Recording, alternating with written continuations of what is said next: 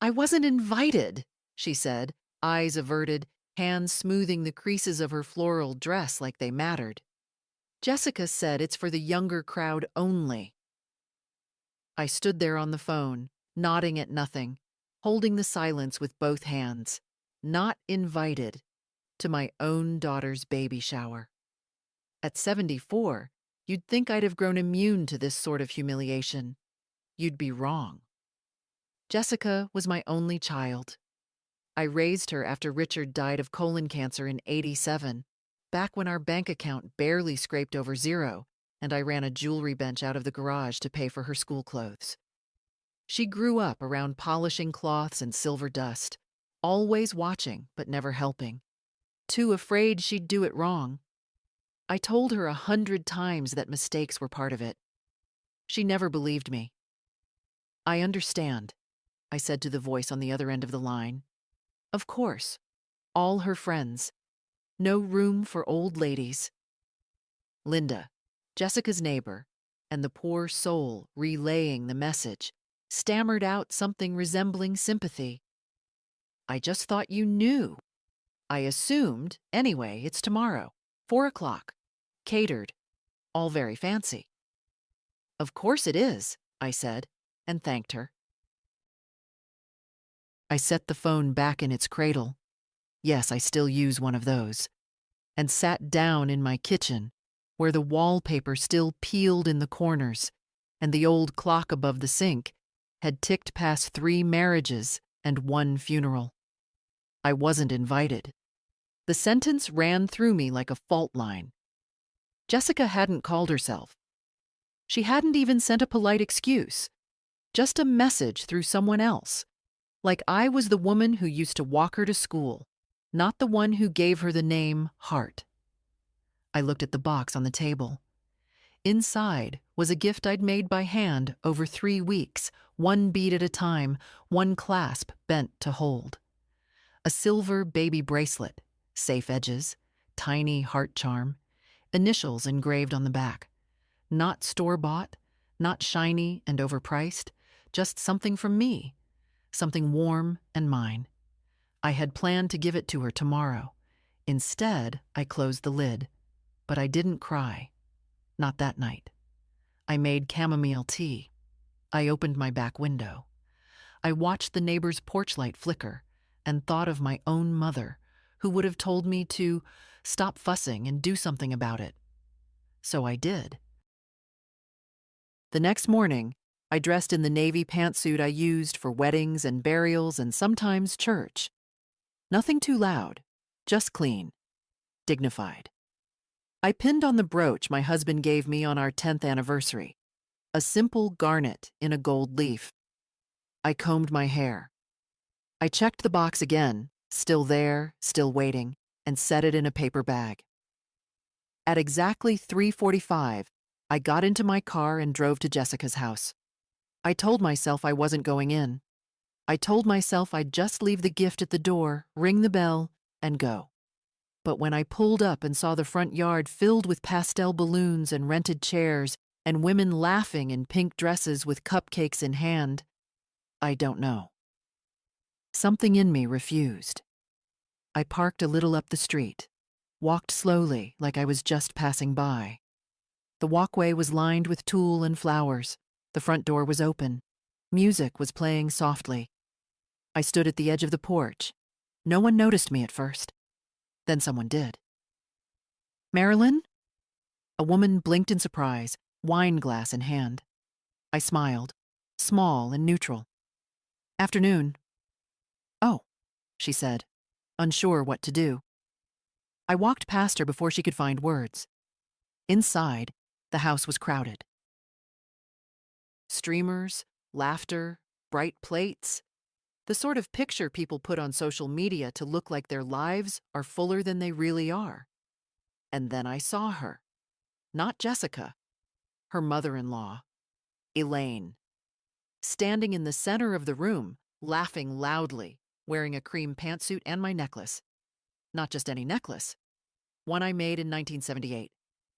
Amethyst beads, hand-twisted wire, a locket clasp I'd hammered flat myself. I hadn't worn it in years, but I'd kept it. I would never give it away. And yet there it was, on her neck, as if it had always been hers. I looked down, feeling the kind of cold that starts in your fingertips. I didn't remember giving Jessica access to the jewelry box. I didn't remember giving anything. But now I knew why I hadn't been invited, and I wasn't angry yet. That came later. Right then, all I felt was hollow, like I'd been replaced quietly, efficiently, with a newer model, one who didn't speak too plainly or wear shoes from a catalog. Jessica came into view, radiant, round-bellied, beautiful as ever. She didn't see me yet, and I didn't move. Jessica hadn't changed since she was 12, still the girl who wanted everything tidy, filtered, curated. She floated through the living room in a blush pink dress, holding a mocktail in one hand and waving at someone with the other, her face lit by the kind of smile you practice in mirrors. She didn't see me at first, or maybe she saw and chose not to. I stood by the doorway like furniture. No one spoke to me. I wasn't part of the script, until Elaine noticed. "Oh," her voice cut across the chatter. "Marilyn!" Heads turned. Jessica turned. Time hiccuped. There was a flicker of confusion on her face. Confusion, then alarm, then that brittle hostess smile people wear at funerals and awkward weddings. "Mom," she said, walking toward me. "You came?" I held her gaze. I did. Her arms didn't open. Mine stayed folded. I handed her the small box, wrapped in brown paper and tied with a lavender string. "I brought this for the baby," I said. She took it like it might burn her. "Thank you, but—" Her voice dropped. "You really should have told me you were coming. You didn't invite me." Her face stiffened. "It's not like that." "Then what's it like?" She glanced around, embarrassed. "This is not the time." "Of course not," I said. "It never is." I turned to go, and that's when Elaine stepped forward. "You're not staying?" she asked, with that smile that never quite reached her eyes. I looked at her necklace. "That's a beautiful piece." "Oh, this?" She touched it lightly. "Jess gave it to me. Said it was vintage." "It is," I said. "I made it. In 1978. Elaine blinked. Jessica froze. The silence between the three of us swelled like a bruise. "I must have misunderstood," Elaine said, voice suddenly higher. Jessica jumped in. "It was in a box in your old cabinet. I thought you weren't wearing it anymore." "I wasn't," I said calmly. "I also wasn't giving it away." More silence. The party around us kept moving, but the air felt denser here. "I didn't think you'd mind," Jessica said. "You never wear any of that stuff anymore." "That stuff," I said slowly, "is my life's work." Elaine looked uncomfortable. "Perhaps I should—" "No need," I interrupted. "It suits you, truly. Just odd to see it in the wild." Jessica tried to smile. "Mom, this really isn't the place." "No," I said, "but apparently it's the place for my jewelry." That hit something. Her lips tightened. "I'm going now," I said. "Enjoy the party." I turned again, but this time Jessica reached out and grabbed my arm. "Why do you always have to make things difficult?" she whispered. That stopped me cold. I looked at her, really looked. Her skin glowed, her hair perfect, her belly full with the life I'd longed for her to have. And yet her voice, flat, defensive, still trying to manage me like I was the embarrassing relative she had to explain away. "All I did was show up," I said. "That shouldn't be difficult." Her grip loosened. "I thought this would be simpler without—" "Complications," she muttered. "You mean without me," I wanted to say. But I didn't. I walked out into the late afternoon sun, cool air brushing my face, breath catching in my throat. I passed the pastel balloons again, heard the laughter behind me, saw the door close. I kept walking until I reached my car. And there, behind the steering wheel, I exhaled for the first time in what felt like hours. My hands trembled. I hadn't raised my voice. I hadn't caused a scene. And yet I felt like I'd been punched clean through. I sat there for a long time before I could drive. I looked at the seat beside me, where the gift had been. I looked at my hands, at the grooves in my knuckles, at the way time had mapped itself across my skin like it had a right to. Then I thought about the necklace, how many others were gone. I drove home with the windows cracked, the wind cool on my cheek. By the time I pulled into the driveway, I knew what I needed to do. I went to the bedroom, opened the top drawer of my bureau, and pulled out the wooden box where I kept everything that ever mattered.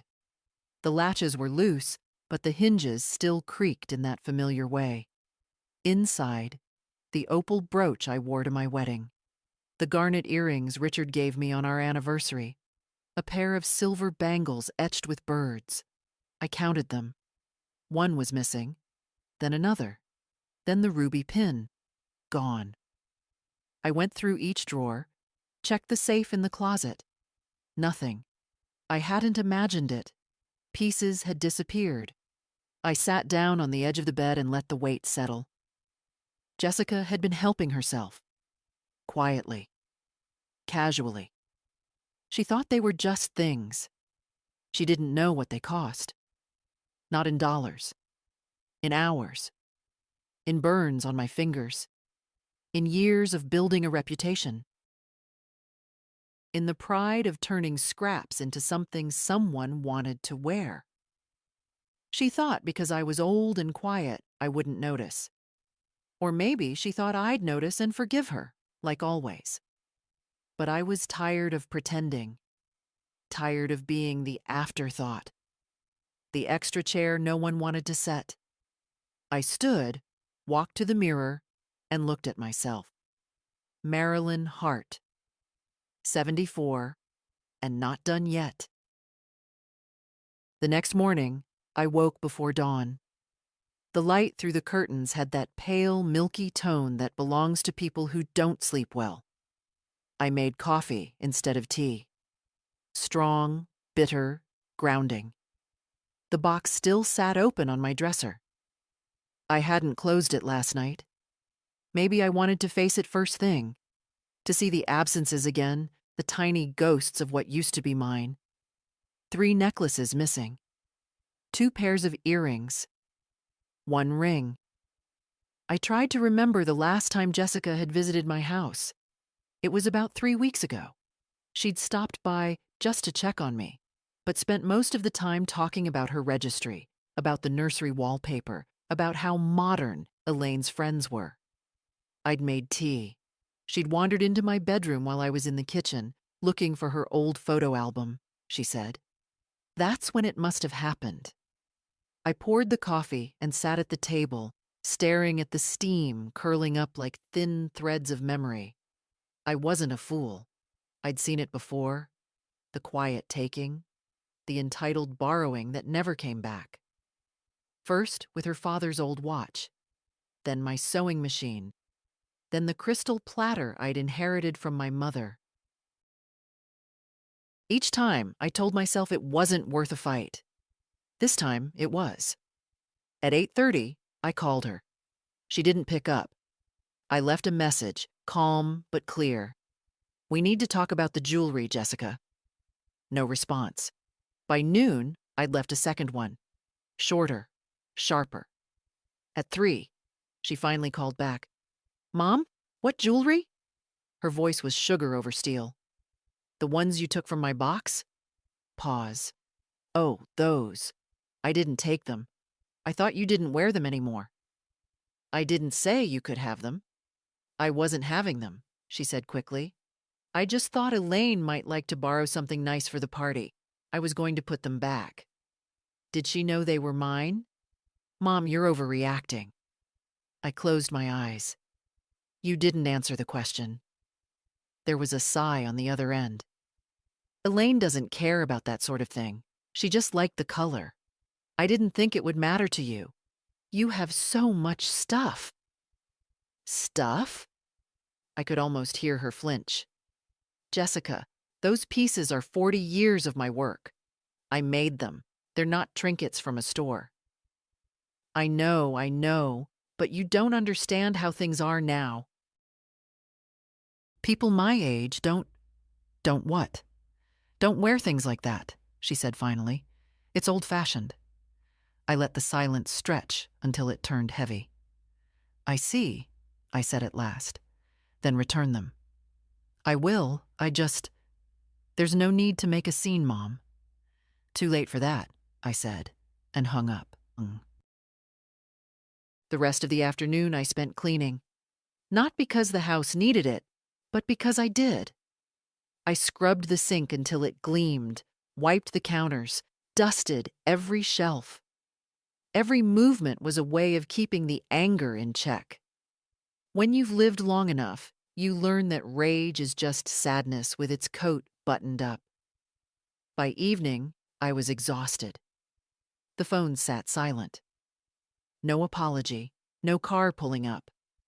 I went into my small workshop, a converted corner of the garage where the smell of polish and metal still lived. My tools were lined up neatly on the pegboard, like loyal soldiers waiting for orders. I hadn't used them in months. I took down the old cloth roll and unwrapped my pliers, my hammer, my files. My hands shook, but they remembered. I found a length of silver wire, tarnished but strong. I began to shape it, not sure what it would become. Maybe nothing, maybe everything. Each twist was a breath, each tap a heartbeat. By the time I stopped, a small pendant had formed, a simple knot of 2 interlocked loops. Not elegant, but honest. I held it to the light and thought, I can still make something new. At 7:30, Jessica called again. Mom, listen, she began, her tone rehearsed. I didn't mean to upset you. I just wish you wouldn't turn everything into drama. Returning stolen property isn't drama. Mom, please, Elaine's already mortified. She took it off. I'll bring it back tomorrow. I almost said thank you, but stopped myself. Instead, I said, good. Then quieter. And Jessica, don't come alone tomorrow. What? Why? Because I want to speak with Eric too. A pause. About what? You'll find out. Her silence told me she'd realized something. I wasn't bending this time. Fine, she said finally. We'll come by around 4. 4 is fine. When I hung up, the house seemed too still.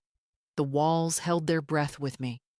I placed the new pendant beside the empty spaces in the jewelry box.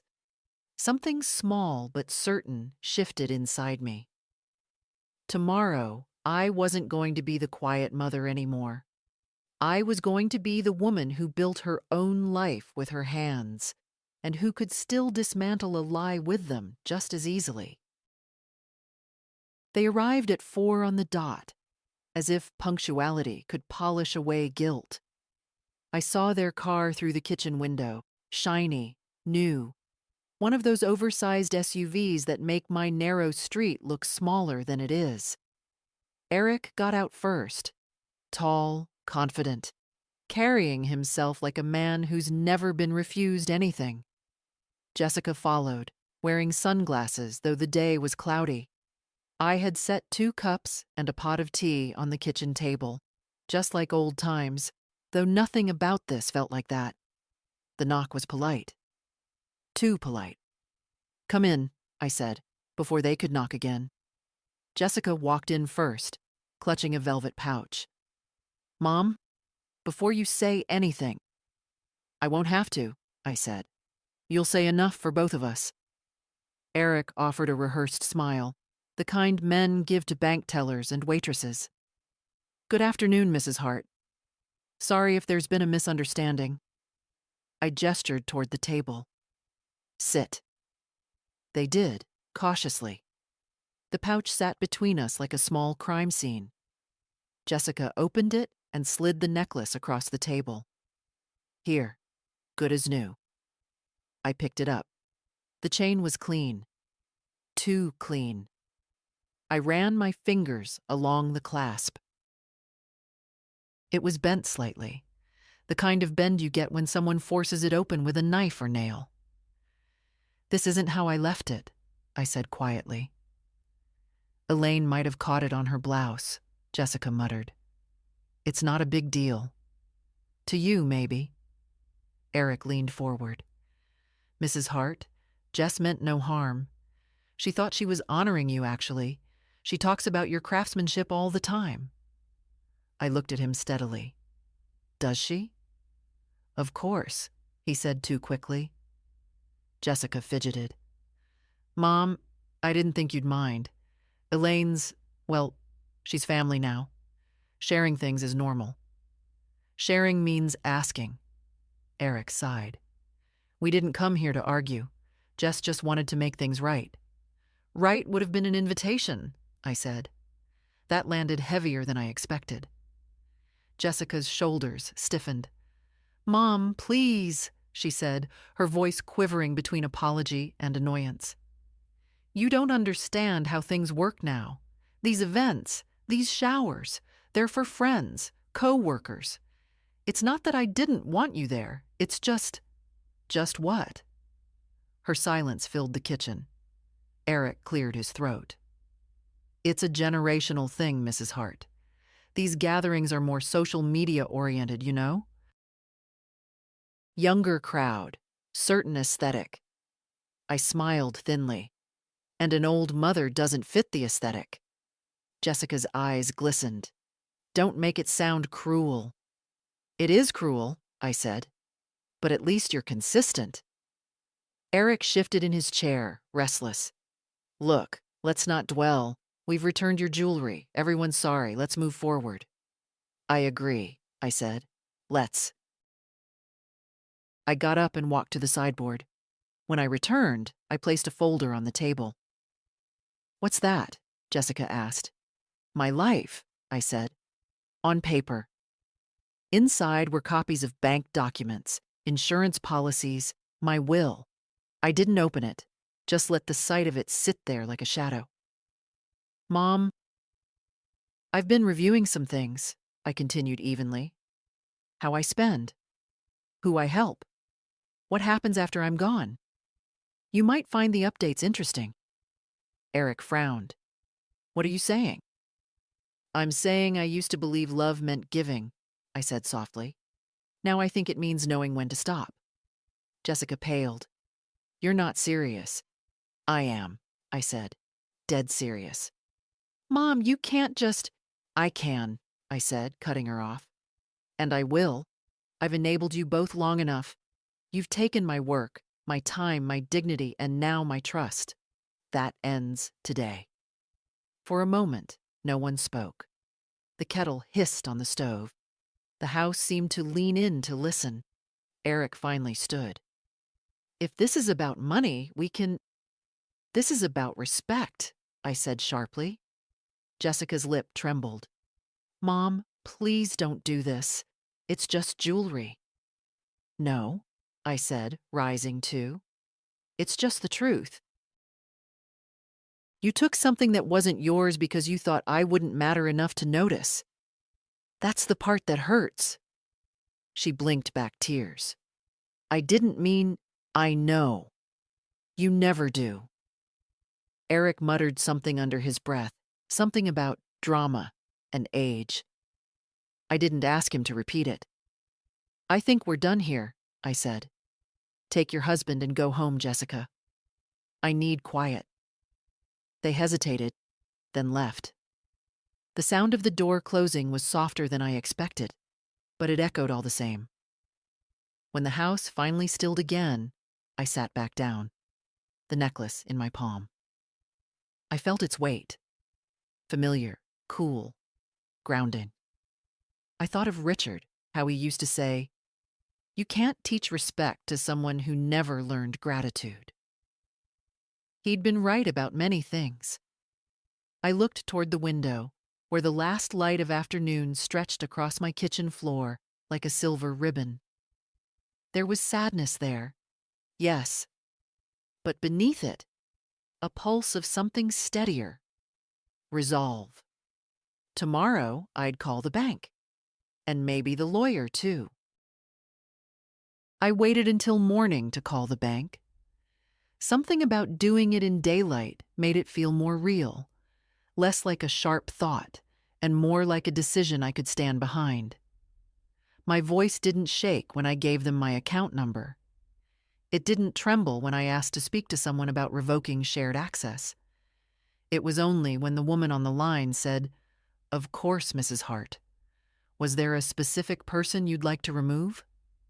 that I paused, just for a second. "Yes," I said. "Jessica Hart." There was a silence, the polite kind that bank employees use when they know not to ask questions. "We can begin the process today," she said. "But for full authorization, we'll need your signature at the branch. I'll come in this afternoon. Would you like us to schedule an appointment?" "No need," I said. "I've waited long enough." I ended the call and stared out the window at the birch tree in the front yard. Its leaves had already begun to yellow. Funny how you can feel something rotting even before the season turns. I spent the next hour going through my documents. Not to dwell, just to take stock. Over the years, I'd added Jessica to more than one account. For convenience, I told myself. Just in case, I'd said after Richard passed. I had wanted her to feel trusted, important, involved. Now I understood. Trust without boundaries isn't love. It's surrender. I found the envelope with the copies of every check I'd ever written for her. $8,200, her wedding deposit. $2,500, the down payment for her first car. $3,600. Emergency medical bills, which turned out to be cosmetic dentistry. Not once had she offered to repay me. I never asked. But still. I slid the folder back into the cabinet, poured myself a cup of coffee, and sat in the living room beside the old photo of Jessica on her graduation day. She was 17, smiling awkwardly in her cap and gown, one tassel caught in her lipstick. She hadn't wanted me to come to the ceremony. Said she'd feel nervous with people watching. I came anyway, sat in the back, cried quietly when she got her diploma. She didn't look for me in the crowd. I hadn't thought of that in years. But now I did. At 2:00, I drove to the bank, wore the same navy blouse I'd worn when I first opened the account. Familiar armor. The woman at the desk greeted me with a smile that didn't falter when I said, "I'd like to revoke all secondary access and freeze any linked cards." She didn't blink, just handed me a pen. It took 7 minutes. 7 minutes to undo 17 years of open doors. When it was done, I thanked her and walked out feeling like I'd finally stitched up a wound I'd been ignoring for too long. I didn't go straight home. Instead, I drove to the cemetery. Richard's headstone was in the far corner, beneath a sycamore tree that dropped seed pods in the fall like little grenades. I hadn't been in 6 months. Too many excuses. None of them good. I knelt carefully, brushing leaves from the stone. "Your daughter's grown," I said aloud, though no one was near enough to hear. "She's due in 8 weeks. Won't be asking me to babysit, though. You'd have loved that." I smiled, then stopped. "She took the necklace," I added. "The one you gave me the year we got the shop. Gave it to her mother-in-law like it was hers to give." I let that sit in the air. Then, "I fixed it. Not the clasp. The other thing, the part inside me that let it happen. There was a breeze, a soft shift in the trees. I finally told her no, I said. For real this time. I sat there a while longer, talking to him about things I hadn't said out loud in years, about the way the world keeps changing, how quiet the house feels, how proud I was of myself, even if no one else said it. When I stood to leave, I felt taller, not younger, not lighter, just steadier. At home, the phone had 2 missed calls, both from Jessica. I didn't call back. Instead, I went into the garage. My hands needed something to do. I pulled out a few tarnished chains, a handful of mismatched stones, and started assembling something new. No sketches, no plan, just instinct. It wasn't going to anyone, not this time. Not a gift, not a gesture. Just mine. I worked for 2 hours before I realized the shape forming in my palm.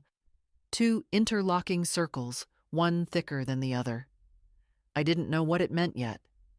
I didn't need to. At dusk, I opened the windows. The air smelled like burnt leaves and coming rain. The phone rang again. I let it. This wasn't silence out of spite. It was peace. And it was mine. The next morning, Eric showed up alone. No call, no warning. Just the sound of tires on gravel and a sharp knock at the door, like he was collecting a parcel, not stepping into my life uninvited. I opened it slowly, half expecting Jessica. Instead, there he stood. Tailored slacks, shirt open at the collar, a face that looked like it had never spent a second worrying about consequences. "Mrs. Hart," he said, "do you have a minute?" "Barely," I replied, not moving aside. He took that as an invitation anyway and stepped in. "I assume you've spoken to Jessica?" he asked. "I have." "She's upset. She usually is when she doesn't get her way." He had the grace to look momentarily uncomfortable. "Look, I get that you're hurt. The jewelry thing, it was a mistake. But you've made your point." "Have I?" "You revoked her access, froze the accounts. She's panicked. She'll survive." He hesitated, then sat at my kitchen table like he belonged there. Like the tea kettle on the stove was just waiting for him to ask for a cup. "I don't think you understand the kind of pressure Jess is under," he began. I laughed. It surprised both of us. "Pressure?" I said. "You think I don't know about pressure?" I raised her on $24,000 a year and an oven that lit with a matchstick. I built a business out of a folding table and a borrowed drill press. Don't talk to me about pressure. He opened his mouth, then shut it. "I came here," he said after a beat, "because Jessica doesn't want to fight with you. She just wants to take without asking. That's not fair." "No, Eric," I said evenly. "What's not fair is having your daughter treat your life's work like a rummage sale. What's not fair is being erased from her milestones because my clothes don't match her Instagram." His jaw tensed. "She loves you," he said, like it was supposed to be a trump card. "Then she should act like it." The room settled into silence. After a while, he shifted gears. "She told me you're changing your will." "I am." He frowned. "You're her only parent. If something happens, she'll be fine," I said. "You both will. I've made sure of it." "But not with the house." "No," I said. "Not with the house." He looked around then, for the first time really seeing the space. The worn linoleum, the mismatched mugs, the photos faded in the sun. "She grew up here," he said quietly, "and yet she wants nothing from it but the deed." That hung between us. I stood. "We're done, Eric. I said what I needed to say to her, and now I've said it to you." He rose, too. "You're going to regret this." No, I said, walking him to the door. I've already regretted everything that came before it. At the threshold, he paused. You're not who I thought you were, he said. No, I agreed. I'm not who she told you I was. I shut the door behind him and leaned against it for a breath. No anger, no heartbreak, just quiet. And in that quiet, a strange sense of reclamation, not of objects, of self. I went back to the garage. The pendant from yesterday still lay on the workbench. I finished it with a slender chain and wore it around my neck, not to display, but to remember. Around 5, the phone rang again. This time, it wasn't Jessica. It was a number I hadn't seen in a while. Grandma? My heart caught. Eli?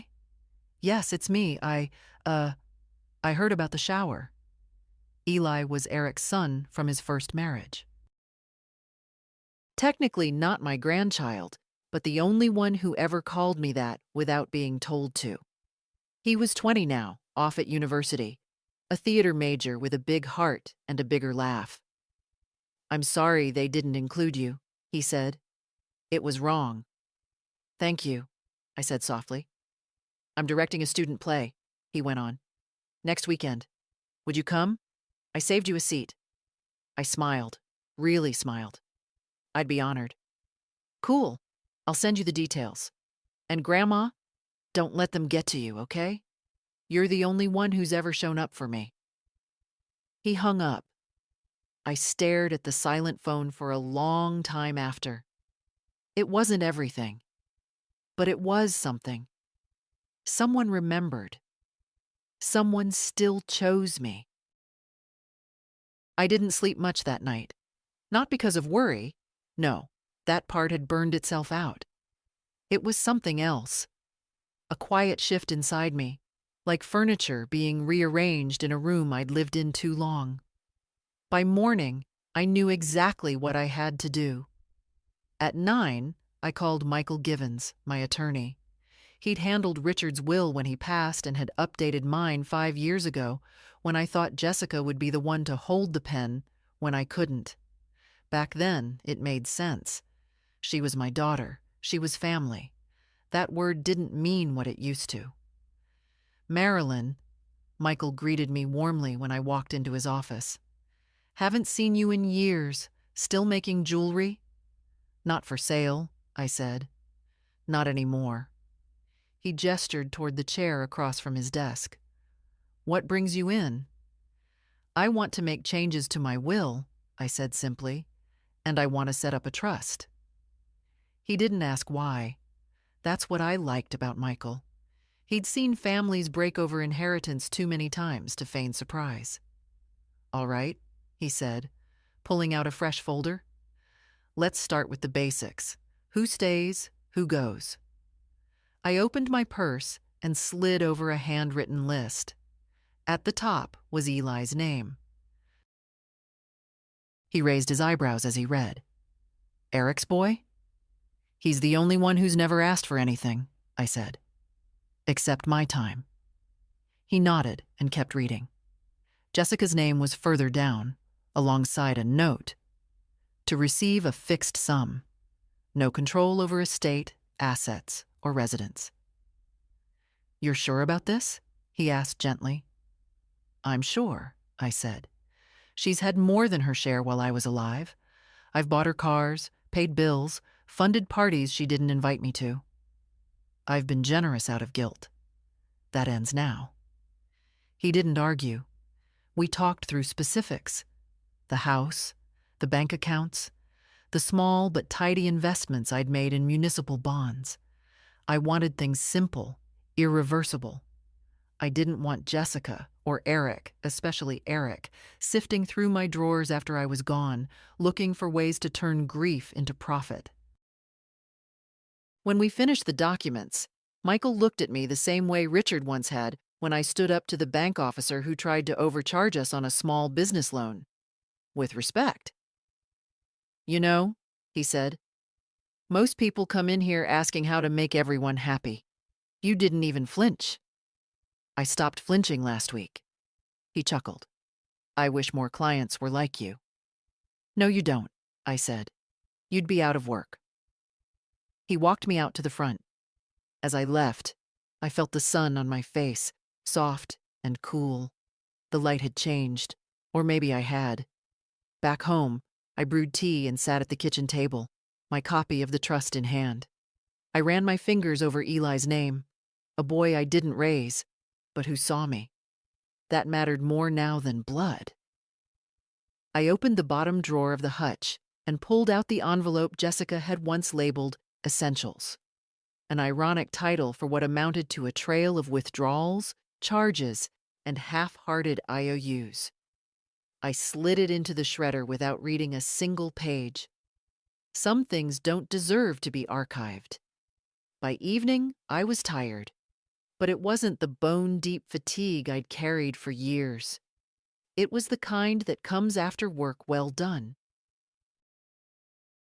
Like I used to feel after a full day at the bench, when the metal was warm and shaped, and I could see what I'd built. The phone didn't ring. Jessica must have heard, or she was waiting. Either way, I wasn't checking.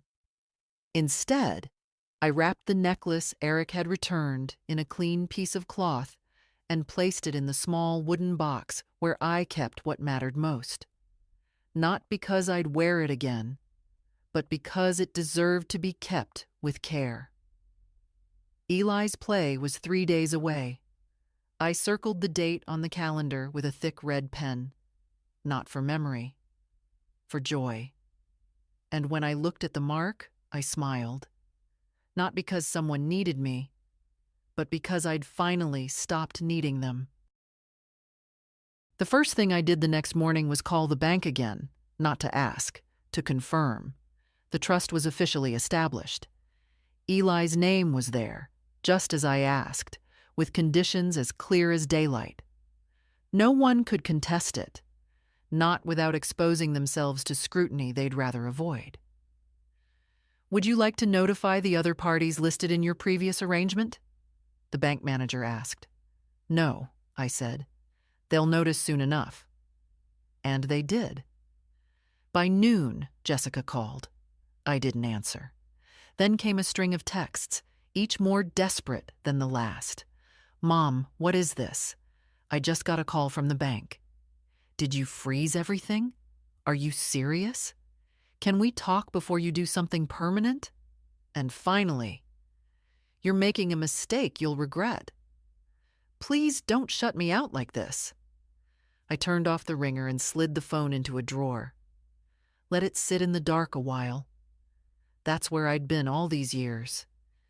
In a quiet place, waiting to be picked up only when needed. Not anymore.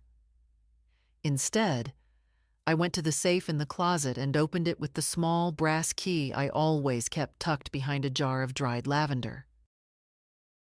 Inside were documents, receipts, and 2 small velvet boxes, each containing the only real pieces I'd ever made for myself. The first, a ring, sterling, with an aquamarine stone I'd pulled from a bargain bin in 1982. I wore it when I opened my shop. It still fit. The second, a brooch. Simple, shaped like a bird mid-flight. It was the only thing I'd never shown Jessica. Some things aren't made to be shared. I pinned it to my collar and looked in the mirror. 74. Gray hair, thinner arms, but a face I no longer had to look away from. That was the gift, not the jewelry, the looking, the seeing. Around 4, the doorbell rang. I knew it would. Jessica stood on the porch, hair pulled into a high knot, expression tight. Not sad, not apologetic, just strained. I opened the door but didn't move aside. You didn't answer my messages, she said. I read them. You froze the accounts. I did. And changed your will. Yes. A long pause. Then, why? I tilted my head. You want the short version or the truth? She sighed. Mom, come on. No, you come on, into the kitchen. You wanted to talk. She followed, slower than usual, like she was expecting to be ambushed by grief. I set tea in front of her. Black, no sugar. Still remembered. "I don't understand," she said finally. "Why now?" "Because this was never about the necklace," I said. "That was just the door you left open." Her eyes welled up. "I didn't mean to hurt you." "No," I said.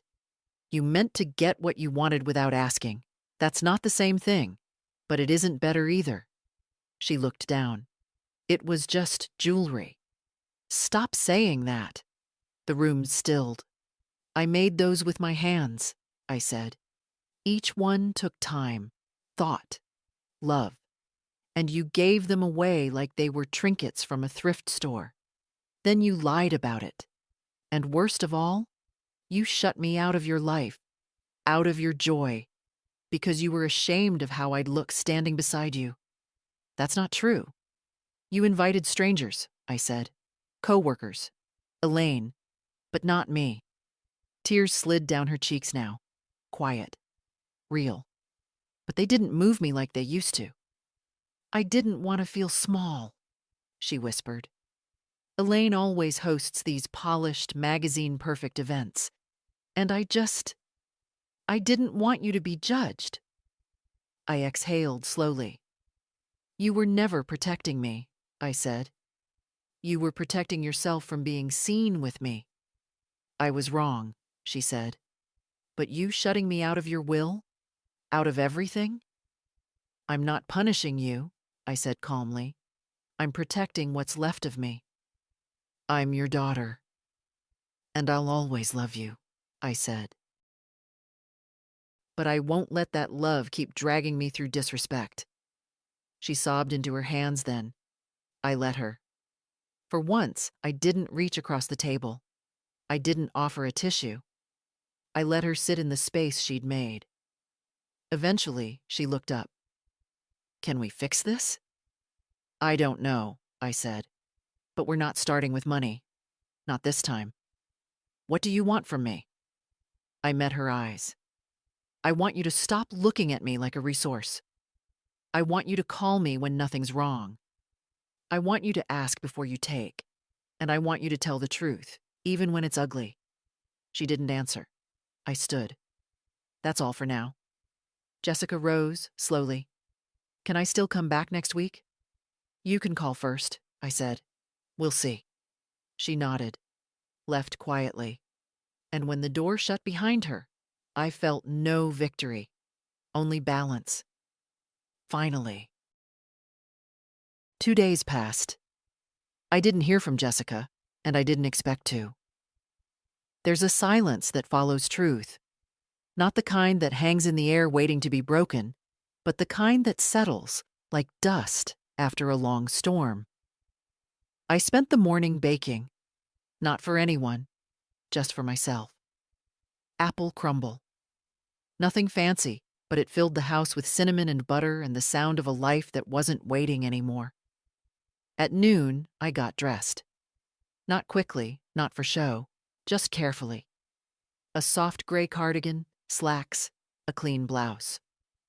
I wore the brooch again, not out of defiance, but out of comfort. A reminder. You've made things before. You can make them again. Eli's play was that evening.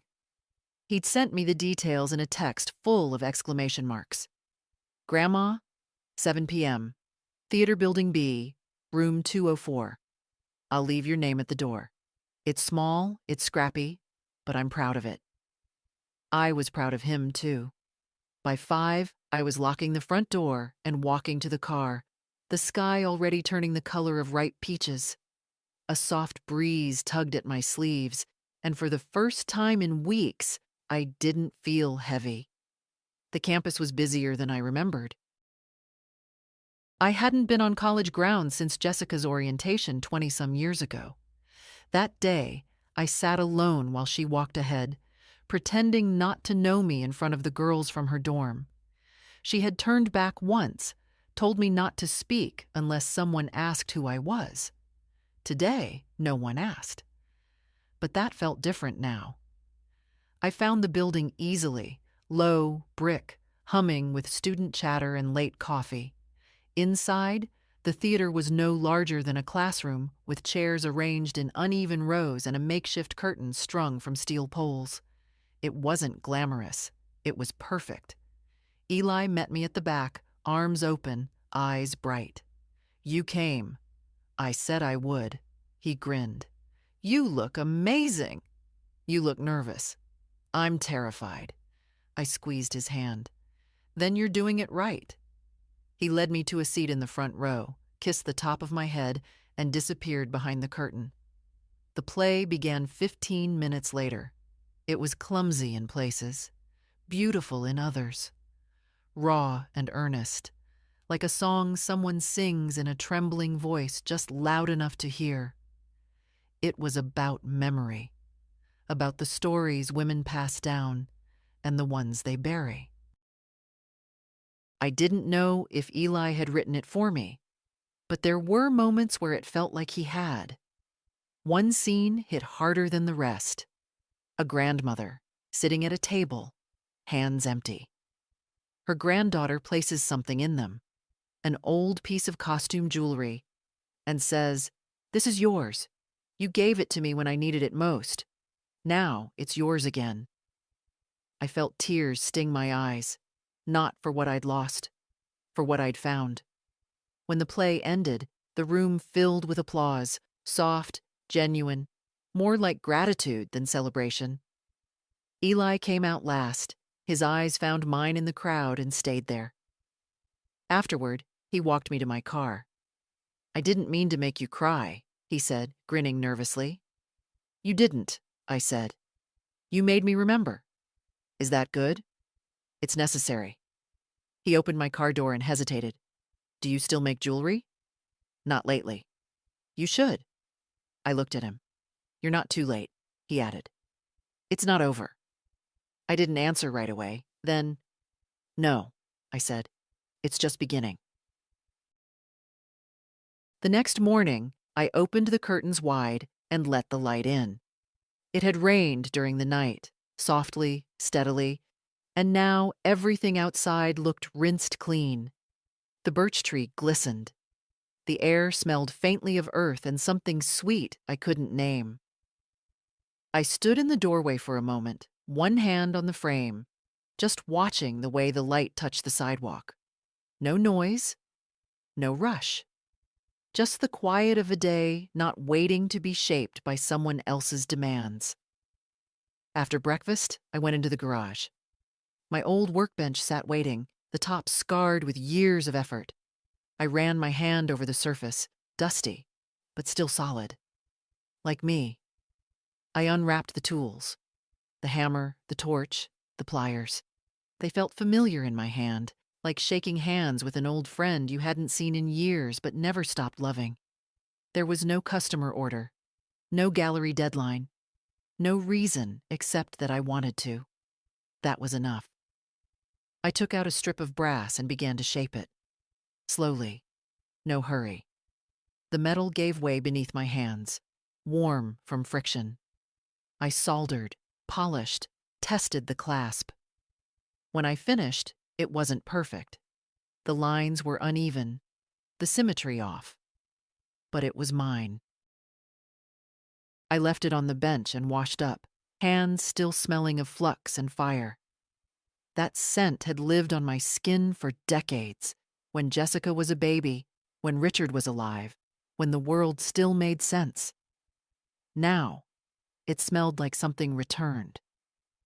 That afternoon, the phone rang. It was Linda, Jessica's neighbor. "Marilyn," she said, her voice low, "I probably shouldn't be calling, but I thought you should know. There's been talk." "What kind of talk?" "Jessica told some people you've cut her off. She's upset. Says you're not well." "I'm fine." "I know. I told her that." I said nothing. I could hear wind on Linda's end, the sound of passing cars. "She didn't tell them what really happened," she added. "Only that you've been unpredictable lately. Not yourself." I laughed, dryly. "I'm more myself now than I've been in 20 years," I said. Linda sighed. I thought you'd want to know. People talk. But I see you, Marilyn. I've always seen you. That stayed with me after we hung up. I see you. Funny how long a person can go without hearing that. It wasn't until dusk that I remembered the online store. Back when I was still making pieces to sell, I'd used a small platform. Nothing fancy, just enough to cover materials, keep the work flowing. I'd closed it after the arthritis flared up, after Jessica said it was too much effort for too little return. But now, sitting at the kitchen table, laptop open, I logged in. The account was still there, the old photos, the item descriptions written in my voice, even a few kind messages from customers I'd long forgotten. I updated the bio. Marilyn Hart, handmade silver and brass pieces. Everyone made slowly, with care. Not perfect, just honest. Then I uploaded a photo of the new pendant. It felt small and enormous. By the time the sun dipped low and the birch cast long shadows across the lawn, I had 3 messages in my inbox. One was from a woman in Michigan. Is this piece still available? It reminds me of my grandmother. She passed last year. I'd love to wear something that feels like her. I stared at the message, hand over my mouth. I wrote back, "It's yours." The next morning, the doorbell rang before 8.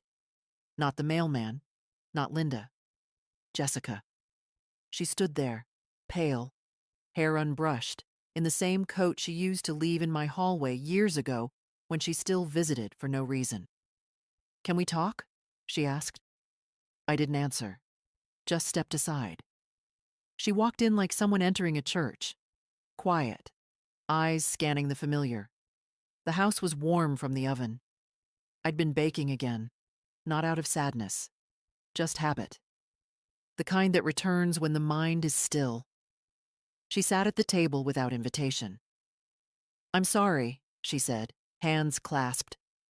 "I shouldn't have gone to Linda. I was angry." "You were embarrassed," I said. She didn't deny it. "I didn't know people would talk so fast." "They always do," I said. "But it's what you gave them to say that matters."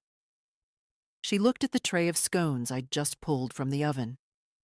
"Are those cranberry?" "They are. You still remember I like them." "I never forgot anything," I said. "You just stopped asking what was still there." Her mouth twitched. "That store you reopened. I saw it." I raised an eyebrow. "Linda sent me the link," she admitted. "Said she bought a pendant. Said it made her cry. She wasn't the only one." Jessica looked at her hands. They trembled. Or maybe she was holding something back. "I didn't think it would matter," she said. "You making jewelry again? You doing something just for you?" I never thought that would affect me, but it did. I said nothing. "It made me wonder why I felt so left out," she continued. "And then I realized, because I've never known you without needing something from you." She looked up. "That's not love, is it?" "No," I said. "It's habit, survival, comfort, but not love. I don't know how to change that." "You don't start by talking," I said gently. "You start by stopping. Stop taking. Stop assuming. Stop making my silence your permission."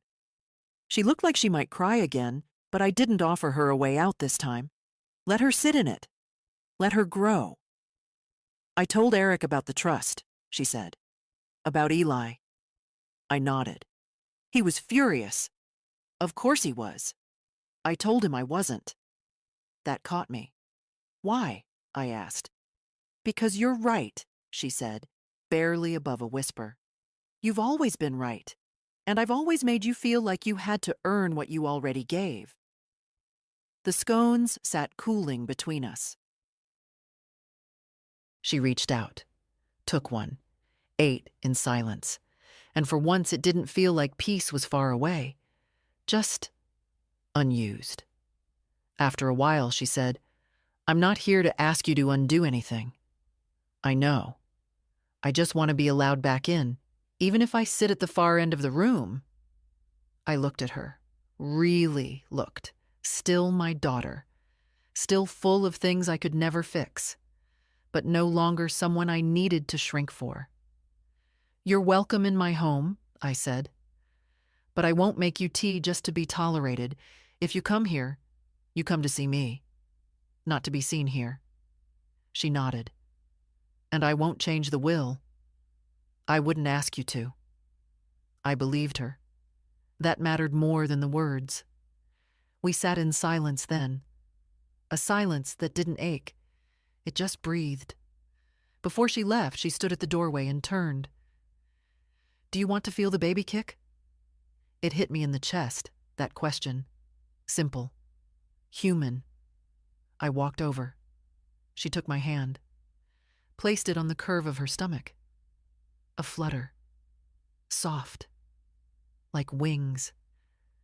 And for the first time since she told me I wasn't invited, I felt included in something without having to ask. She didn't cry. Neither did I. We just stood there, her hand over mine. And for a moment, that was enough. She came back the next Sunday. No call, no text. Just a knock and the sound of leaves brushing the porch as she waited. I opened the door and found her holding a brown paper bag. For tea, she said. Thought I'd bring something this time. Inside, loose leaf, Earl Grey, a jar of honey, 2 small scones from the bakery near her office. Not much, but not nothing. We sat across from each other like 2 women learning each other's language after years of misunderstanding the grammar. I didn't tell Eric I was coming, she said. That's probably wise. He's still angry. Says I'm letting emotions get in the way of family structure. I almost laughed. He means money. She nodded. I told him family isn't a structure, she said. It's a choice. It's showing up. A small pause. No applause needed. Eli called me, she added. I looked up. Said you're going to his next show too. I am. He told me what the first one was about, and that you wore one of your old pieces. I wore one of my new ones, I corrected. She smiled. He said you looked like someone who'd just found herself again. I wasn't lost, I said. Just covered in dust. She stirred her tea. No sugar, I noticed. I never told you this, she said. But when I was little, I used to sneak into your studio, just to watch your hands, the way you held metal like it might break if you rushed it. I thought you were a kind of magician. I didn't speak. The words themselves were enough. I think I started pulling away when I realized you were human, she continued. It scared me, seeing you tired, frustrated, alone. I didn't know how to handle that. You didn't have to, I said. You just had to stay. I didn't know how to stay either. We drank in silence after that, but it wasn't heavy. It was careful. Later, she stood and asked, Can I see the new pieces? That surprised me, but I nodded. We walked to the garage. I flipped the light, let it flicker on like it always did. No rush, just the slow warming of a space coming alive again. She looked around like it was sacred, like she was afraid to touch anything. They're not all finished, I warned. Some are just beginnings. She picked one up, a brass cuff, still unpolished. She ran her thumb across the edge. It's beautiful. It's raw. She smiled. So was I. She moved from piece to piece, not asking questions, just touching gently, like someone returning to a childhood room after decades away. When she came to the bird brooch, she paused. This one's different. I made it the year you turned 10, I said. I'd meant to give it to you. But then you didn't come to my workshop that birthday. I remember. I was mad you wouldn't let me go to that sleepover. Because the girl's brother had just been caught stealing. Jessica nodded slowly. I didn't understand then. You weren't supposed to. You were a child. And now? Now, I said. You're not. She stood still for a moment, then placed the brooch back on the cloth. Will you teach me? That caught in my chest. To make things, she clarified. To use the tools. I don't want to sell anything. I want to try with my hands. Like you do. I studied her. Not for deceit, there was none, but for capacity. The quiet kind. The willingness to sit and fail and try again. All right, I said. Really? You can start next week. Bring your own apron. I'm not lending mine. She laughed. The real kind. From her belly. I will. And don't expect patience, I added. I've waited too long for that. I won't, she said. We left the garage then. The sun had dipped, and the sky was turning gold in that way October always knew how to do. She stayed another hour. We didn't talk much more. Just sat. Ate the rest of the scones. Watched the leaves fall without comment.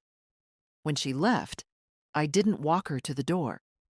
But she turned back, hand on the knob. Thank you, she said, for letting me come back. You didn't come back, I said. You came forward. And I meant it. She arrived the next Thursday in jeans and an old hoodie, her hair pulled back like she was trying not to be anyone in particular. She carried a paper bag with an apron folded inside and a notebook tucked under her arm. I wasn't sure what to bring, she said at the door. You brought yourself, I replied. That's enough. For now. We went to the garage. I'd cleared the bench beside mine, dusted it, polished the surface, even tightened the stool so it wouldn't wobble. I hadn't told her. It was the kind of welcome that didn't need to be said aloud. She unfolded the apron and tied it around her waist, fingers fumbling. Too tight, I said. She laughed nervously and adjusted it. I placed a flat piece of copper on her side of the bench. No tools yet, just the raw material. First rule, I said, is to look before you touch. She nodded. You're not here to conquer it, I added. You're here to listen. To the metal? To yourself. She nodded again, this time slower. I handed her a pencil and told her to sketch what she thought she wanted to make. She hesitated. I can't draw. That's not the point. She drew a circle, then another, overlapping. Not bad, I said. Now make it smaller and closer. Let them touch, but not become one. She redrew them, and I saw her begin to settle into the task, not rushing, not apologizing. Just beginning. The hours passed quietly. I taught her how to cut the sheet, how to sand the edges, how to hold the file like a paintbrush and not a shovel. Her hands were clumsy, but not lazy. There was intent in them. That was enough. You made it look so easy, she said once, watching me shape a clasp. I made it look practiced, I corrected. We broke for tea halfway through. No words, just two women with warm cups and tired wrists. Did you ever think about quitting? She asked suddenly. I shook my head. Only when I was tired, never when I was awake. She smiled. I used to think you made things because you needed money. I did, I said. But then I kept going after we had enough. That's how I knew it was more than that. We went back to work. By late afternoon, she had finished her first pendant. 2 linked copper circles, a little uneven, but honest. She held it up to the light, eyes wide. I can't believe I did this. You didn't. She looked at me, startled. Not yet, I said. You started it. That's not the same thing. She laughed. You're really not going to go easy on me, are you? No, you've had easy. It didn't get you very far. She nodded. Didn't argue. Before she left, she placed the pendant on a small cloth, like she'd seen me do. Do I get to keep it? She asked. You do, I said. But you have to wear it, not just store it. Let people ask where it came from. I will. She stood at the door again, bag in hand. Same frame, different posture. Next Thursday? She asked. If you're on time? She was already smiling as she said, I will be. After she left, I sat at the workbench alone and looked at the circles she'd made. Still uneven, still new, but full of effort, full of breath. I took out a sheet of brass and began to sketch something else. A variation on her shape. Not to correct it, but to answer it. There's a difference between echoing and erasing. That night, I didn't think about the past. I thought about metal and hands and the way healing rarely looks like what we imagine. It doesn't come with speeches. It comes with sweat and softened edges. She came every Thursday after that. Never late, never empty-handed, sometimes with pastries, sometimes with nothing but stories from the week, awkward visits with Elaine, fights with Eric that she no longer tried to minimize, doctor appointments where the baby's heartbeat flickered on the screen like a soft drum. She didn't ask for advice, but she listened when I gave it. The workshop became something between us. Not a confession booth, not a therapy couch. Just 2 stools, 2 benches, and the sound of effort, metal grinding, files brushing, breath steadying. She wasn't gifted. That's not how it works. But she was present. She paid attention. And some days, that was a kind of art too. On the 4th Thursday, she made a mistake. Filed too deep into a silver band. The line cut straight through the center. She swore. Dropped the piece. Looked at me with a child's frustration. I ruined it. No, I said. You made it honest. She blinked. That's the truth of silver. You rush it, it remembers. But that's not the same as ruined. Now it tells a different story. She picked it up again, slower this time. The way someone might lift a letter they once ignored. Later that day, she showed me a message on her phone. Eric's upset I've been coming here, she said. I kept polishing. He says you're manipulating me. I looked at her. Am I? No, she said, voice clear. But I let him think you were.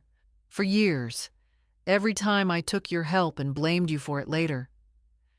I didn't answer. There are moments you don't need to narrate. They sit in the room all on their own, pulsing like a heartbeat you almost forgot was yours. I'm leaving him, she said. That made me pause. We've been splitting for a while, she added. Emotionally. But I didn't know how to say it. Not without sounding like I was failing again. You're not failing, I said. You're changing. She nodded, but her eyes filled. He said I'll regret choosing you. I put down my work, looked her in the eye. I never asked you to choose me. I know. That's why I'm doing it. She left early that day. Said she needed to think. Not alone, but honestly. Without an audience, without excuses. I didn't call after her. Didn't text. Some journeys are better walked without a guide. That evening, I walked through the house slowly. Touched the picture frames, the backs of chairs, the faded lines in the hardwood where Jessica had once danced in socks when she thought no one was watching. The past wasn't erased, but it wasn't loud anymore either. It hummed gently beneath my feet. I sat in my chair by the window and watched the sun roll off the roof across the street. The phone buzzed. Not Jessica. Eli. Hey, Grandma. Just wanted to say I'm proud of you. Mom told me a little about what's been happening. I think she's finally starting to get it, I typed back. She is. And I'm proud of her too. She's learning to stand. He replied with a heart, then another message. Still wearing that pendant. Got 2 compliments today. One from a guy I like. So thanks for that.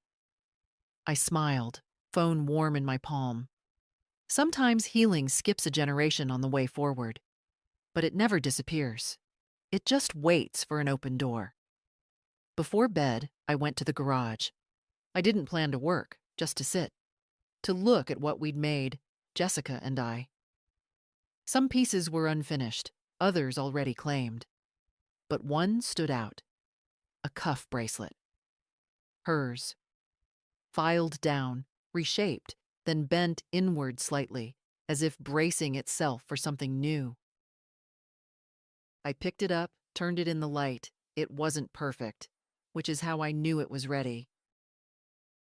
She gave birth on a Wednesday. Jessica sent a photo first.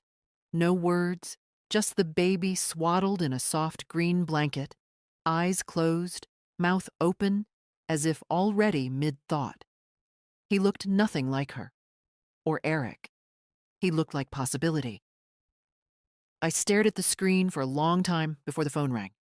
Her voice was quiet, still raw. It's a boy. I see. He's here. He's safe. I waited. Then, gently. And you?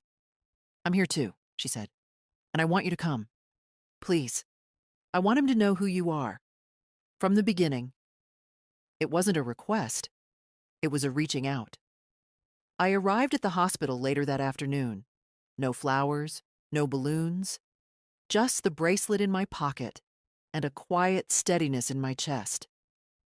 When I entered the room, she looked up and smiled. Nervous, tired, honest. She was sitting up, the baby in her arms. He was sleeping, a deep kind of sleep that only the brand new and the very old seemed to understand. I named him Simon, she said, after no one, just a name that felt gentle. He looks like he'll carry it well.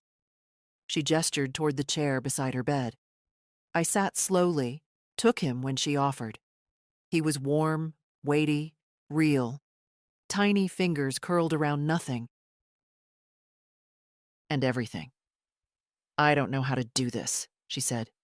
Not the mother part, the daughter part. You do it the same way you work metal, I said. You show up, you get burned, you sand the edges, you try again.